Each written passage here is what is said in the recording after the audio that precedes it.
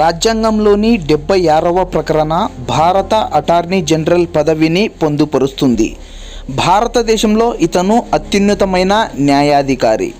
ఇందులో గల నియామకం మరియు పదవీ కాలం, కర్తవ్యాలు, విధులు, హక్కులు మరియు హద్దుల గురించి ఈ వీడియోలో పూర్తిగా ఎక్స్ప్లెయిన్ చేస్తాను.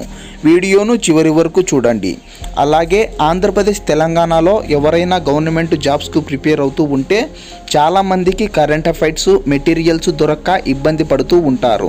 అలాంటి వాళ్ళు ఎవరైనా ఉంటే అజారుద్దీన్ జీకే గ్రూప్స్కు సంబంధించిన టెలిగ్రామ్, ఫేస్బుక్, వాట్సాప్ గ్రూప్స్లో జాయిన్ అవ్వండి. అందులో ప్రతిరోజు materials, job notifications, current affairs పంపిస్తూ ఉన్నాము. ప్రతి ఒక్కరికి ఉపయోగపడతాయి. డిస్క్రిప్షన్లో లింకులు ఇచ్చాము. ప్రతి ఒక్కరూ జాయిన్ అవ్వండి. మీకు తెలిసిన ఫ్రెండ్స్ ఎవరైనా ఉంటే వాళ్ళకు కూడా షేర్ చేయండి.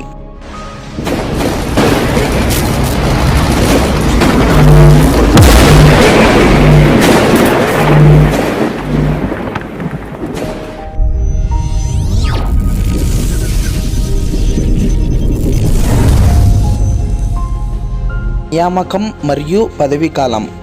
అటార్నీ జనరల్ రాష్ట్రపతిచే నియమింపబడతారు. సుప్రీంకోర్టు న్యాయమూర్తికి ఉండవలసిన అర్హతలు ఇతని నియామకానికి ఉండాలి.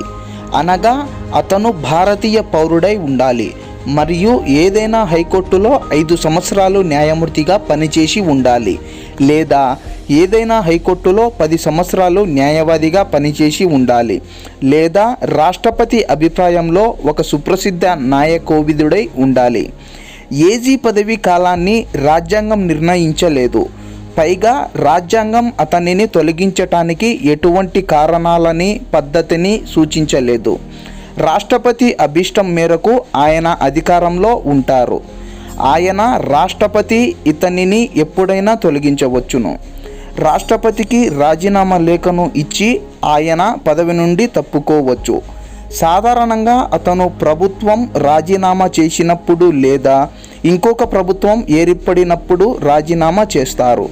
దీనికి కారణం అతడు మంత్రిమండలి సలహాతో నియమింపబడతాడు. రాజ్యాంగం అటార్నీ జనరల్ జీతభత్యాలను నిర్ణయించలేదు. రాష్ట్రపతి నిర్ణయించిన మేరకు అతనికి జీతభత్యాలు లభిస్తాయి. కర్తవ్యాలు మరియు విధులు. భారత ప్రభుత్వ న్యాయాధికారిగా అటార్నీ జనరల్కి కొన్ని కర్తవ్యాలు మరియు విధులు ఉంటాయి. 1. రాష్ట్రపతి తనకు అప్పగించిన శాసనపరమైన విషయాలపై భారత ప్రభుత్వానికి సలహా ఇవ్వడం. 2. రాష్ట్రపతి తనకు అప్పగించిన శాసనపరమైన విధులను నిర్వర్తించటం. 3. రాజ్యాంగం కింద కానీ లేదా ఇతర శాసనం ద్వారా కానీ తనకు సంక్రమింప చేయబడి పనులను నిర్వర్తించటం. అటార్నీ జనరల్కు రాష్ట్రపతికి కర్తవ్యాలను అప్పగించారు. 1.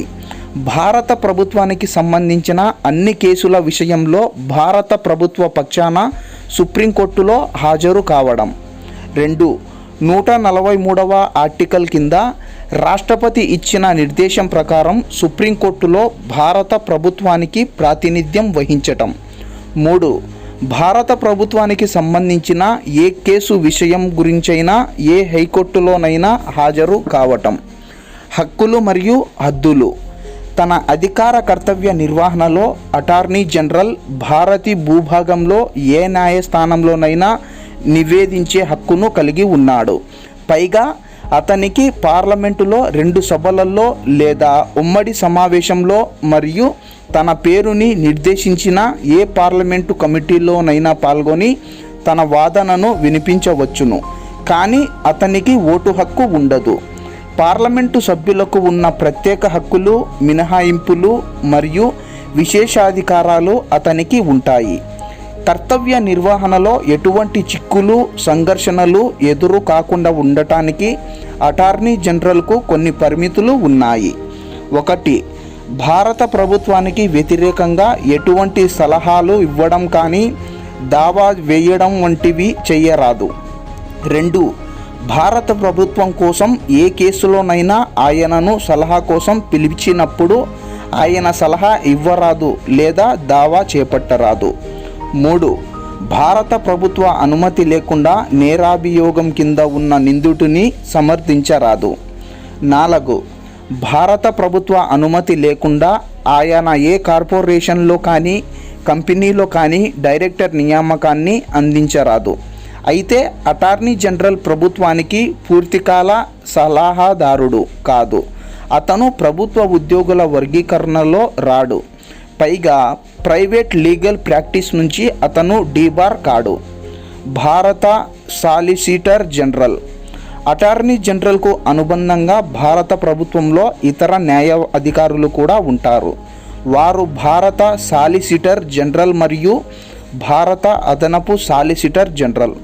వీరు అటార్నీ జనరల్కు తమ విధుల నిర్వహణలో సహాయపడతారు. ఇక్కడ ఒక విషయం గమనించాలి. అటార్నీ జనరల్ గురించి మాత్రమే రాజ్యాంగంలో ప్రస్తావించబడినది.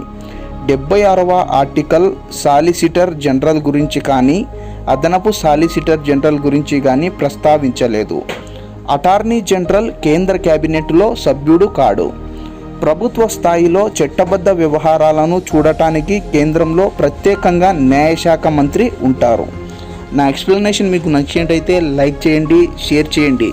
అలాగే Indian polity, Indian history, Indian economy మరియు ఆంధ్రప్రదేశ్, తెలంగాణలో విడుదలవుతున్న నోటిఫికేషన్ల గురించి తెలుసుకోవటానికి ఇప్పుడే మా ఛానల్ను సబ్స్క్రైబ్ చేసుకోండి. Thanks for watching.